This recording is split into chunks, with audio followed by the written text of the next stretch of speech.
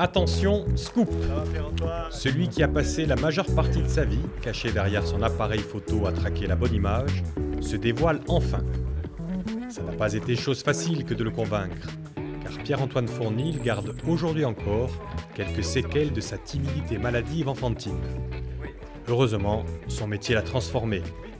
Explication avec ou sans filtre. C'est par ici que ça se passe, Pierre-Antoine. Ah oui, ma jeunesse au village. Avec qui, votre jeunesse? Ma tante, ma cousine Germaine, moi-même, ma grand-mère, Antoinette. Antoinette Podge, ma cousine, mon grand-père, Pierre Podge, et ma mère, Zizou, et ma sœur, Vanina. Vos grands-parents, ils rentrent d'Afrique? Ils rentrent d'Algérie. Ils sont rentrés en 62. C'est cela. Il paraît que c'était un truc dont on ne parlait pas trop dans la famille. Non. Ils sont partis parce qu'il n'y avait pas de travail. Alors ils sont partis en Algérie pour chercher du travail. Mon grand-père était garde forestier. Et quand ils sont rentrés, j'ai passé mon enfance, la plus grande partie de mon enfance à Kouas, quoi. Kouas, c'est l'origine de la famille Podge, effectivement. Et ce sont deux Podge, hein. Ah oui. Ils se sont mariés, deux Podge. Hein. Jamais. Il n'y a pas eu de consanguin. Pour l'instant. Pierre et Antoinette, ils vont avoir une fille. Ils vont avoir deux filles et un garçon. Marie-Paul et Claude. Et Marie-Thérèse. Et Marie-Thérèse, ma mère. Dites Zizou. Zizou. Zizou. Zizou. Zizou, elle est née en Algérie, elle, hein? Elle est née en Algérie, à Soukaras. À Soukaras. Quelques mots sur Zizou. Ah, Zizou, c'est mon guide. Ah bon? Oui, oui. Elle a toujours été là pour moi. Avec mon père, c'était plus compliqué. Avec ma mère, c'était... Ah ouais. Après, il y a un garçon, avec sa mère, ça passe toujours mieux qu'avec son père. Avec le père, il y a toujours conflit. Ah bon, on va le retrouver là, ah, voilà, le voilà. père. Médéric. Médéric. Qu'est-ce qui se passe? Le papa, déjà, lui, il a des origines corses, hein, il s'appelle Fournil. Son arrière-grand-mère prenait du Fumorbe. Ils ont quitté l'Algérie avec ma mère et ils sont venus s'installer la première fois à Minatag. Moi, je ne suis pas resté trop avec eux, puisque après ils m'ont envoyé à Kouas, quoi, faire mes études avec ma grand-mère. Qu'est-ce qui se passe avec votre papa, avec Médéric? Ça n'a jamais trop... Non, ça allait, mais bon, c'était conflictuel. C'était un fils unique. Ouais. Le problème, c'est que moi, ils ont mis beaucoup de temps pour m'avoir. Ouais. Ma mère avait un problème, je suis né 7 ans après. Et pendant 7 ans, ils ont essayé d'avoir des enfants, ils n'arrivaient pas. Alors, ma mère, voilà, j'étais... Mais pour mon père, je pense que j'étais... Vous arrivez trop tard? Trop tard. Ou j'étais en concurrence avec lui après. Ah, effectivement. Donc combien on vient à l'école? D'abord, donc vous allez à l'école à Ghisonaccia, c'est ça? C'est à Vix. À Vix? À Vix. Ah oui? À Traves, la commune de Traves. Le petit élève là qu'on voit tout souriant, en fait, il est très sage. Très sage. Très timide. Très timide. Très timide, hein? Ça se voit, hein? Non, mais c'est vraiment, ça marque vraiment votre jeunesse, ça, ouais. Ouais, très timide, très timide. Et vous parlez très peu, notamment à ce moment-là, où j'ai mis, alors j'ai que cette photo-là, bien sûr, mais on vous voit avec un fusil et la chasse avec votre grand-père. Mon grand-père, oui. Ouais, c'est important, ça. Très important. Parce que mon grand-père ne parlait pas beaucoup. mais pas beaucoup. Les yeux suffisaient pour le faire comprendre si ça allait ou si ça n'allait pas. Des paroles, on n'en avait pas trop. Et donc vous partiez tous les deux, en fait, personne qui parlait. Personne qui parlait. Il me demandait, quand il y avait un pigeon qui se posait, il me disait... Mais j'adorais mon grand-père. Et à cette époque-là de l'année, à cette époque-là de la vie aussi, il y a quelqu'un d'autre qui est très important dans votre vie. C'est un militaire. Oui, le colonel, mon oncle, qui va prendre le relais de mes parents. Je vais rester au village, c'est lui qui va... Pourquoi il vous envoie à quoi, à vos parents? Parce que comme mon père travaille toute la journée et que ma mère, c'est compliqué, ouais. Ils ont dit, tu voulais à quoi, que ta grand-mère... Parce que ma grand-mère était institutrice aussi. Ouais. Elle dit, pour l'école, elle va beaucoup t'aider. Alors, ils m'ont dit, va. Et moi, ça ne me dérangeait pas trop, parce que bon, le village était bien, hein, c'était la liberté, hein, toujours dehors. Et mon grand-père, et puis j'avais un homme qui m'a montré le chemin. La droiture. C'est le colonel Podge. Le colonel Podge et mon grand-père aussi. Même sans parler. Ah ouais. Ouais. Donc on vous retrouve là. À l'école. Où effectivement le colonel Podge tient absolument à ce que vous alliez et que vous travailliez. Hein? Oui, à Sainte-Marie-Séché, c'était l'école. Je vais aller à l'école à Saint-Brice-Siché jusqu'en 6e Ouais. au collège. Du collège, je vais descendre à Saint-Paul, interne. Et je vais rester à Saint-Paul jusqu'en 3e. Après, je vais partir faire un BEP électromécanique. Parce que ce qui se passe, une fois que vous êtes à Saint-Paul, vous allez un petit peu vite. C'est qu'à Saint-Paul, là, pour le coup, il y a une privation de liberté énorme Tout quand à fait. vous arrivez à Tout à Saint-Paul fait. comme interne. Les barreaux et, et sortir une fois par semaine. Et ça Quand vous- je rentrais chez mes parents à Guédonach. Parce que ça ne vous va pas du tout. Et c'est la raison pour laquelle j'ai mis cette photo là à côté. Vous rêvez de grands Les espaces. grands espaces de liberté, oui. Ouais. Ouais. Mais Saint-Paul, ça ne... Bon, après c'était une façon de vivre aussi. Hein. Ouais, mais enfin bon, ça marche pas trop parce que vous vous faites renvoyer de Saint-Paul, non? Oui, parce qu'on faisait les idiots, mais bon, comme tous les gosses. Et il y a vos parents qui viennent vous rechercher Tout à fait. Ouais. Pendant 4 jours. et qui vous remettent où à Saint-Paul? Que pour être à Saint-Paul, oui. Il faut les serrer. Serrer. Et après Saint-Paul, vous allez aller effectivement en BEP pour faire Électromécanique. électromécanique. Ouais. Mais j'ai mis quand même cette photo à côté. On vous a là. Alors, à 15 ans. À 15 ans, il y a l'électromécanique. Je ne sais pas si ça vous passionne. Non, pas du tout. Pas du tout. Qu'est-ce qui vous passionne à l'époque? La pêche, le tennis, Le tennis. voilà, la chasse. Mais le tennis, vous êtes bon. Je ne sais pas si vous êtes bon à la chasse et à la pêche, mais au tennis, vous êtes vraiment bon en plus. Pour le Oui, coup. oui, Ouais. c'était très bon, mais bon, je préfère aller à la chasse. C'est pas... Mais ce n'est pas dans cette voie-là qu'on non, vous non, attend et non. qu'on vous connaît. Non. On va voir plutôt comment vous êtes devenu ce que vous êtes aujourd'hui. Bon, on ne le voit pas dans cette pièce-là. Ok. Dans une autre pièce. Pièce, ok. Allez.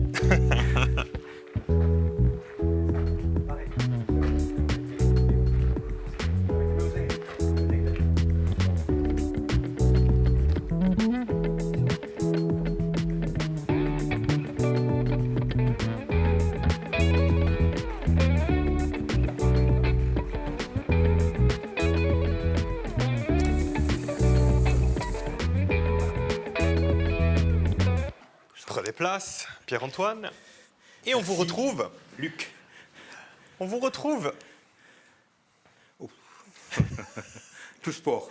Comment ça se fait qu'on vous retrouve dans une armurerie? Parce que mon papa avait racheté une armurerie. Nous sommes venus nous installer à Ajaccio, Ouais. se rapprocher de mes grands-parents, Ouais. voilà, à Coasque. Et il avait un ami qui avait cette armurerie qui vendait. Et mon papa l'a racheté et je donnais un coup de main. Enfin, vous donnez plus qu'un coup de main parce que vous êtes beaucoup plus rebelle que vous en avez l'air sur cette photo. Parce que ce BEP d'électromécanique, en fait, quand arrive l'examen, Oui. L'examen n'a pas eu lieu. On a quitté la salle. et donc votre père il dit: ah, tu veux quitter la salle? Tu vas travailler au boulot. Donc Mais- c'est un peu une punition là. Oui, mais bon, c'est devenu agréable. Hein. Oui. Oui, moi j'adorais tout ce qui est chasse, le sport. Vous allez rester quelques mois là, Oui, quelques mois, jusqu'à ce que on vous appelle pour l'armée. tout à fait. Et c'est là qu'entre en scène le colonel Poggi. Et qu'est-ce qu'il vous dit? Il a dit, tu vas pas rester à Ajaccio, hein. Allez, tu vas t'en aller un peu plus loin. Voilà. Barcelonnette, 11e BCA. Et là, je suis à gauche, là. C'est vous là en tête du peloton? Ouais. Là, je suis à gauche avec la radio, parce que comme j'étais sympathique, gentil, il m'avait chargé au maximum. Ça faisait quand même 10 kilos en plus, hein, dans le sac à dos. Hein. Oui, mais là vous dites, mais en fait ça va être un bon Ah, moment ouais. ça. Magnifique. Pourquoi Parce que je me suis éclaté. Donc vous passez, à l'époque c'était 12 ou 16 mois? 12 mois. 12 mois. Ouais. 12 mois idylliques. Idyllique. Ouais. Idyllique, à part pendant l'été, où je suis parti un peu en Corse, mais je suis jamais revenu à l'armée, quoi. Ah, Voilà. il a quand même fallu encore montrer ce côté rebelle. Voilà, et donc je suis resté à l'armée, je me suis caché un peu, parce que mes parents ne savaient pas où j'étais. Et les gendarmes sont allés chez mes parents me chercher. Et donc vous avez réintégré le régiment? J'ai réintégré le régiment et j'ai fait 3 mois en plus. Mais ça vous forme et ça vous rend peut-être un petit peu, ça vous donne un petit peu une assurance peut-être quand vous rentrez. C'est pour ça que j'ai mis cette photo, c'est à peu près la même période là, hein, Tout à quand vous fait. rentrez J'ai de un peu l'armée. plus jeune, là. Beau gosse, Ouais, beau gosse, et au sortir de l'armée, ben, vous rencontrez votre femme. tout à fait. Hein, Ouais, tout à fait. et cette femme, elle a un ami. Et cet Oui. ami, Voilà, c'est Jean-René. Qui est à Marseille à l'époque. Qui est à Marseille. Parce que quand je quitte le magasin de sport, moi, je veux plus, ça ne m'intéresse plus. Voilà, il faut que je passe à autre chose. Et ma femme connaît bien Jean-René, elle me dit bon... Qui c'est Jean-René Lapen à l'époque? À l'époque, À l'époque, Jean-René, c'est directeur de la Provence, rédacteur en chef de la Provence. Hein, à Marseille. à Marseille. Il va rentrer en Corse, installer un nouveau journal. Et il me dit, regarde, moi j'ai besoin d'un... Au départ, je suis rentré comme coursier laborantin. Il me dit, voilà, j'ai besoin d'un laborantin, ça veut dire que quand Joe Perral va faire les photos, tu récupéreras ces photos, tu développeras les films, et Jopéral m'apprend le métier. C'est vous-même, tout seul, qui commencez à vous acheter un appareil photo. Je me suis acheté un appareil photo parce qu'à l'époque, bon, tout le monde achetait ses appareils photo. On n'était pas. Maintenant, les journaux vous fournissent votre appareil photo. Bon, c'est bien.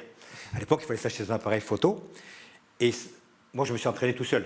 Et un jour, René me dit, Jo n'était pas là, il me dit, il faut que tu ailles à l'isolé, il y a une manifestation, va faire ta première photo. Alors je pars tout stressé, avec ma petite mobilette. Et je fais ma première photo. Et là après j'ai eu un autre guide, c'est Jean de la Plaine aussi, hein, parce que bon, point de vue. Oui, parce que vous intégrez, exactement, vous intégrez quand même. Oui, un mot sur Jean-René Laplaine. Alors, parce que c'est un seigneur de la presse, un seigneur. Pour moi, c'est. Ce monsieur, il a travaillé jusqu'au dernier moment. Parce qu'il y a des jeunes qui disent, moi, le travail. Lui, le matin, à 9h au journal, réunion. Le soir, à 19h, réunion. Et les gens qui n'étaient pas à la réunion, ils les appelaient, ils disaient, vous êtes là. C'est pas fini, c'est pas les vacances, hein, au travail. Une vraie rigueur de travail. Une vraie rigueur de travail. Toujours, toujours. Il ne faut jamais rester au journal. Si vous restez au journal, vous n'apprenez rien. Il faut sortir. L'information, elle est dehors, elle n'est pas au journal.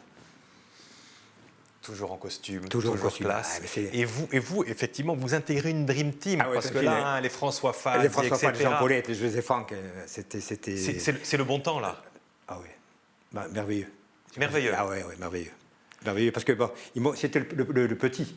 Alors ils m'ont pris sur leur coupe, j'étais au paradis. Et puis, là, il n'est pas sur cette photo, mais je l'ai mis là. Jo. Eh ouais. Zouzou, moi je l'appelle Zouzou Coin-Coin. Pourquoi?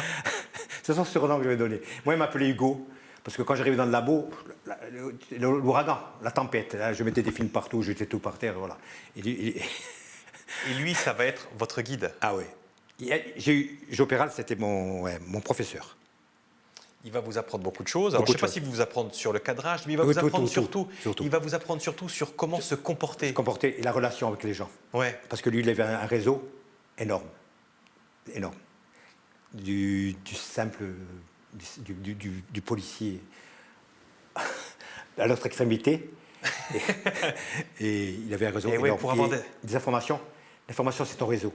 Un journaliste qui n'a pas de réseau, il ne sert à rien.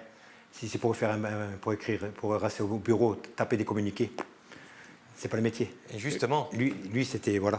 Et il vous apprend ça, par exemple? Il apprend comment placer, voilà, se mettre, comment faire des photos, faire ami avec les policiers. Faire ami avec les policiers. Normalement, quand vous arrivez sur l'attentat, on ne vous laisse pas rentrer. Et si vous avez de la confiance, les policiers ont confiance en vous, et vous avez confiance en policiers, vous pouvez travailler, mais intelligemment. Il ne faut pas qu'on les reconnaisse, il faut les masquer.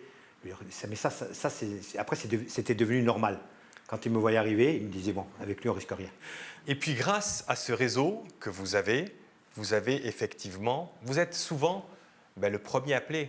Tout à fait. Et en 98, tout à fait. C'est vous qui êtes appelé là. Oui, tout à fait. Le premier? Oui.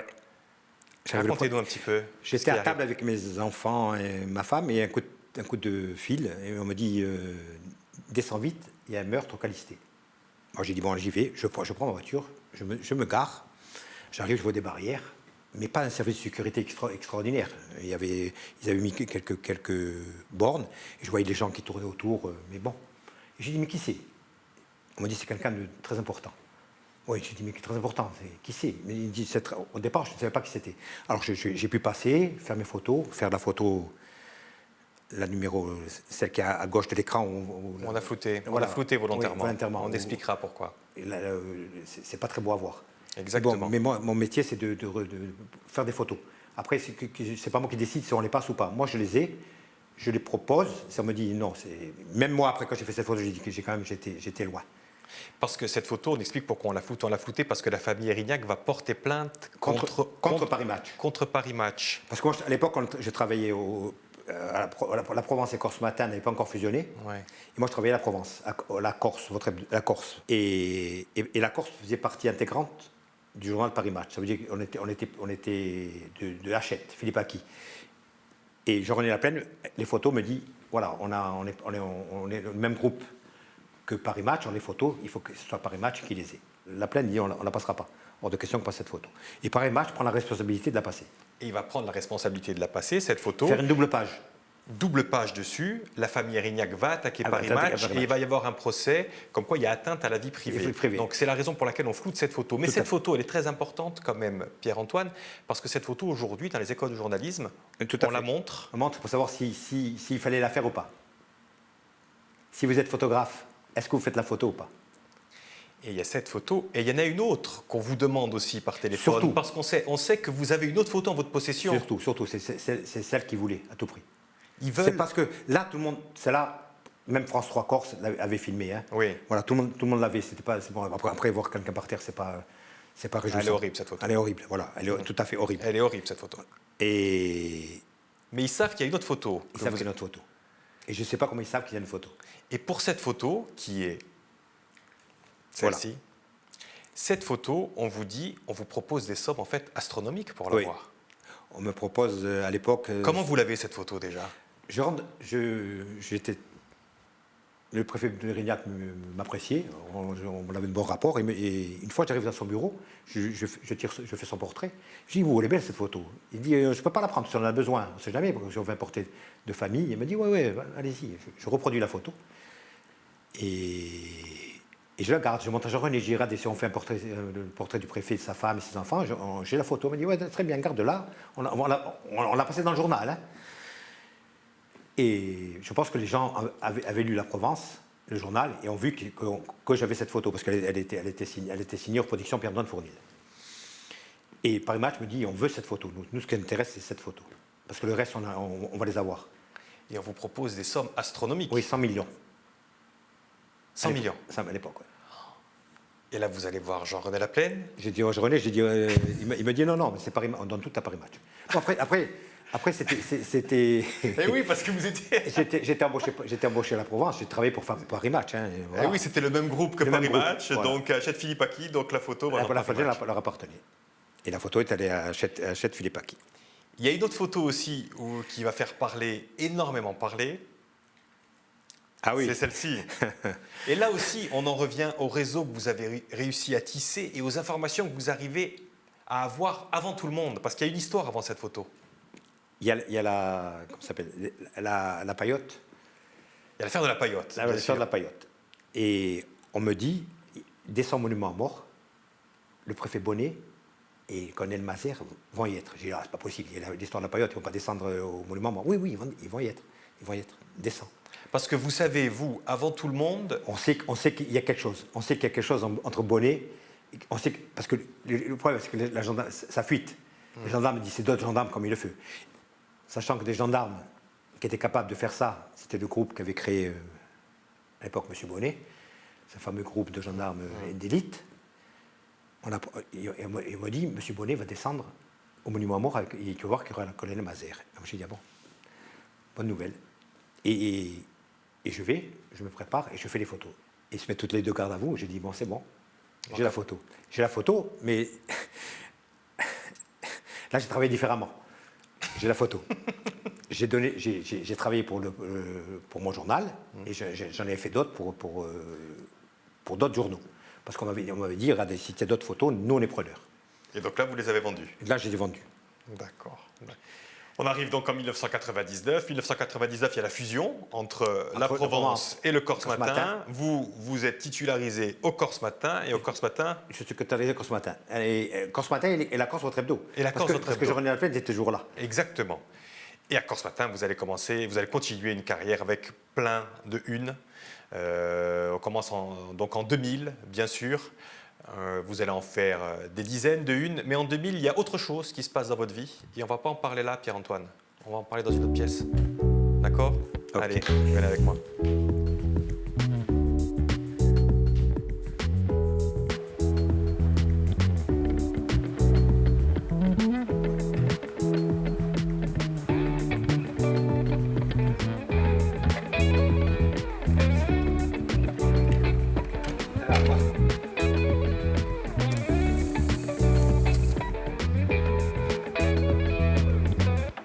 Pierre-Antoine, dernière pièce. On arrive dans les années 2000. Et dans les années 2000, il faut faire un choix. J'étais jeune, hein? Ouais. Et il y avait deux familles ouais. en 2000. votre femme et la famille du journalisme. Tout à fait. Vous passez votre temps ici. Tout à fait. Je crois qu'en 2000, quand il y a la fusion, vous avez combien de jours de récupération que vous ne l'avez pas pris? 335. 335 jours. Ça veut dire que je faisais plus de temps au journal qu'avec ma femme et mes enfants. Et entre ces deux familles, justement, il faut choisir à un moment. Tout à fait. Eh bien, malheureusement, j'ai choisi le journal. Vous divorcez en 2000, en fait. Tout à fait. Eh oui. Et Mais bon, après, comme je savais que j'étais un peu responsable de cette situation, parce que quand tu passes ta vie au journal, tu peux douter que ta femme, à un moment ou l'autre, a dit stop, arrêtons les frais. Mais bon. Et vous continuez de passer du temps au journal, et du coup, c'est votre maman qui va s'occuper un peu des enfants, même. Hein? Tout à fait. C'est ma maman qui va s'occuper surtout des enfants. Surtout. Ouais. Mais vos enfants, ils vous en veulent pas trop? Non, parce que non. On a cette photo pour en témoigner. Non, voilà, c'est le mariage de mon fils. Alors, et là, je suis adjoint au maire de Coisques. Eh oui, exactement. Sur cette photo, ce qui est intéressant, c'est cette écharpe-là. C'est celle de mon oncle, le colonel Poch, qui était maire de Coisques, et qui m'avait laissé son écharpe. Il m'a dit, un jour, on ne sait jamais. Sait-on jamais, peut-être un jour, je serai vraiment maire de Coisques. Et justement, vous y pensez un petit peu là, parce que... De temps en temps. Ah ouais? Ouais, de temps en temps. Mais dans la continuité de ce qui s'est fait jusqu'à présent, quoi. Mais c'est ça que c'est intéressant, parce que on voit que votre métier vous a véritablement construit intellectuellement, en fait. C'est un métier fantastique, ce que vous êtes. Oui, c'est un métier extraordinaire. Et ça vous a construit aussi socialement. Et je l'ai matérialisé comme ceci, Pierre-Antoine. Face à la foule. Et que je te prends un selfie avec le maire, et encore... vous, l'enfant timide. J'aime bien prendre la hauteur. Parce que, oui, vous aimez prendre la hauteur? Non, parce qu'à chaque fois qu'il y a une manifestation, ils viennent tous. Parce que là, il manque des photos où on est 2 ou 3 sur le... Parce que moi, j'ai mon magasin sur le Camp Napoléon qui a un escabeau. Je sais où aller le chercher. Je sais où me mettre. Et tout le monde me dit, ton escabeau, où il est? À chaque fois que je prends une manifestation, alors c'est pour ça que je suis toujours en l'air. Toujours. D'accord. C'est ma marque de fabrique. Ce qui est intéressant, c'est que vous, l'enfant effacé, très timide, qui ne parlait pas, aujourd'hui, vous mettez... C'est un truc de dingue, quoi. Ouais. Là aussi, c'est un métier, ça a été une révélation. Tout à fait. Non, mais moi, je prends mon pied en faisant de la photo. Ça me plaît vraiment. Et puis, vous n'avez plus peur de... Non, non. J'ai plus peur de rien. Vous avez une faculté d'adaptation assez exceptionnelle. Et on va le découvrir, venez, sur cet écran-là, où vous avez commencé, vous achetez vous-même votre petit appareil. Et là, vous vous êtes mis au goût du jour, parce que ce genre d'image, c'est vous. Ah oui. Le numérique. Le numérique, la vidéo. Et la vidéo. Ça, c'est suite à la mort de Yvan Colonne. Yvan Colonne, oui, avec la jeunesse corse qui se rebelle. Et encore une fois, c'est vos photos qui vont voyager. Cette image que je donne à Corse Matin va être vue 335 000 fois sur Twitter. Ce qui est pas mal. Et on va être là au bon moment. Et voilà. Quand c'est parti, j'étais là. Et là aussi, quand c'est parti, vous étiez là. Et vous avez le réflexe, le bon réflexe encore une fois. Ça c'était impressionnant. Hein. Ça, c'était vraiment impressionnant. Parce que ça s'est passé en une heure de temps. Et l'eau qui est montée comme ça, c'était chaud. Pareil, là aussi. Parce que la chance que j'ai eue, c'est que je suis passé avant. J'avais un 4x4. Hein. Parce qu'autrement, je serais parti avec comme les poubelles. J'aurais suivi les poubelles. Et là, vous avez tapé chez quelqu'un que je peux monter pour filmer. Monsieur Digraz, qui m'a ouvert la porte et qui a son magasin là, juste là, m'a ouvert son fils. Et voilà. C'est grâce à son fils que on a pu faire ces images. Magnifique. Et puis il y a ce genre d'image aussi. Ah oui. Et ça, c'est Lionel Pinsout. Pendant le Covid. Vous êtes le seul à avoir l'autorisation de circuler en fait, hein, pendant le Covid en tant que journaliste. Mais j'ai passé mes journées dehors. Et cette vidéo là, la vidéo, c'est un petit veau qui naît. Et cette vidéo elle a fait ce matin, je crois qu'elle a fait 3 millions de vues à l'époque du Covid. Pourtant, il n'y a rien d'exceptionnel là. Donc en Corse, c'est magnifique, moi j'aime beaucoup. Il y a ceux qui évoluent, ceux qui bougent, et puis il y a ceux qui n'évoluent pas en Corse, qui est immuable. Et je l'ai matérialisé avec une de vos photos qui est magnifique. Oui, un tentat de... C'est ça. Et en fait... Yvan Colonne. Mais au-delà de ça, c'est... La mort. La mort. Malheureusement, j'ai fait ce métier, mais je ne pensais pas que mon métier serait aussi mortifère. J'ai jamais photographié. Je pensais que j'allais faire photographie, c'est les paysages, les gens, la beauté de... Et là, c'est souvent des cercueils que j'ai photographiés et des gens assassinés. Les gens que vous connaissiez souvent? 99,9%. C'est comme vous êtes né à Ajaccio, vous êtes à l'école Ajaccio, la plupart du temps, vous connaissez la personne. Malheureusement, à chaque fois que vous arrivez sur un meurtre, vous savez que c'est la personne, vous la connaissez. Et c'est souvent le cas. Vous en avez fait combien? Quand je vous ai appelé, vous ne savez même pas combien vous avez fait? Beaucoup. Trop souvenez, même. Vous ne vous souvenez même pas du premier que vous avez fait? C'est-à-dire, qu'est-ce qui se passe? On bloque. Plus de sentiments. Parce que ça fait mal. Le premier que j'ai fait, ça m'a fait mal. Parce que la nuit, je me suis réveillé, j'ai dit, bon, tu te rends compte, ton métier, c'est photographier. Après, je pensais à la famille. J'ai dit, parce que le lendemain, c'est dans le journal, que va dire la famille? Parce que c'est compliqué. Moi, j'aimerais pas. Quand à un moment j'ai un problème et que je vois un photographe qui va arriver photographier, je pense que ça peut être mal pris. Et après, quand vous faites votre métier normalement et que vous respectez les gens, ça se passe bien. Mais c'est jamais facile. Et c'est une des raisons pour lesquelles, justement, j'ai mis cette photo. Oui. Vous êtes croyant? Très. Pas pratiquant, pas trop pratiquant, mais croyant, oui. Parce que quand je vous ai demandé des photos, Pierre-Antoine, vous m'avez bombardé de photos religieuses, en fait. Beaucoup de photos religieuses, beaucoup de photos religieuses, de processions. Processions, mais moi j'adore le caténach. Hein. Vous êtes très croyant? Oui, très croyant. Et Cargès, c'est obligé, parce que mon ex-femme était de Cargès. Oui, voilà. Passage obligé. Passage obligé. Et vous arrivez à la soixantaine, là. Oui. Hein, c'est l'heure de faire les bilans. Tout à fait. Il y a des gens qui sont restés, des gens qui sont partis. Et on va aller sur cet écran, justement. Pierre-Antoine. Alain. Et à l'heure du bilan, il y a beaucoup de gens avec qui vous avez travaillé qui sont partis Alain aussi. Pistorez, Pierre Chabrine, Henri Nicolai, qui ont marqué ma jeunesse. Quoi. Parce qu'Henri, il était à Sartène, on a commencé ensemble au début, vraiment au tout début. Et puis, après, vous qui restez aujourd'hui, là, vous avez 58 ans aujourd'hui, vous continuez. Un peu quand même. Vous êtes encore là, c'était un reportage pour France 2 en plus. Vous continuez de faire des photos. Là, vous avez 130 ans à vous deux. Tout à fait. 130 ans à vous deux, c'est encore vous. Alors, j'ai pas envie de dire quitter le journal, parce qu'il y a d'autres personnes, mais vous allez continuer jusqu'à quand, Pierre-Antoine? Tant que la passion est là. Pour l'instant, il y est toujours. C'est vrai? Oui. J'aime mon métier. Votre métier, vous l'aimez, mais est-ce que la presse est votre métier? Parce qu'il y en a de moins en moins de photographes de presse. Un photographe, l'œil du photographe, pas tout le monde est là. Parce que bon, après, tu peux voir un appareil photo, faire une photo, tu seras au bon moment, au bon endroit. Mais est-ce que tu auras la qualité de la photo d'un photographe? Non. Mais tu auras la photo quand même.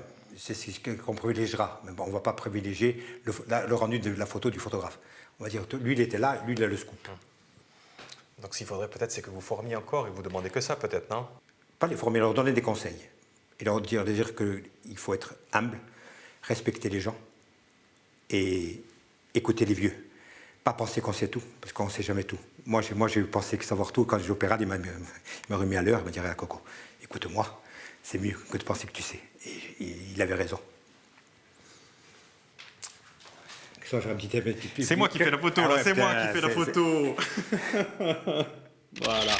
Merci infiniment, Pierre-Antoine. Merci beaucoup. Merci à toi. Et bonne continuation. Parce qu'en plus, on a commencé à travailler ensemble. Exactement. Il y a quelques années. Et tu as été particulièrement bienveillant à mon égard. À bientôt. À bientôt.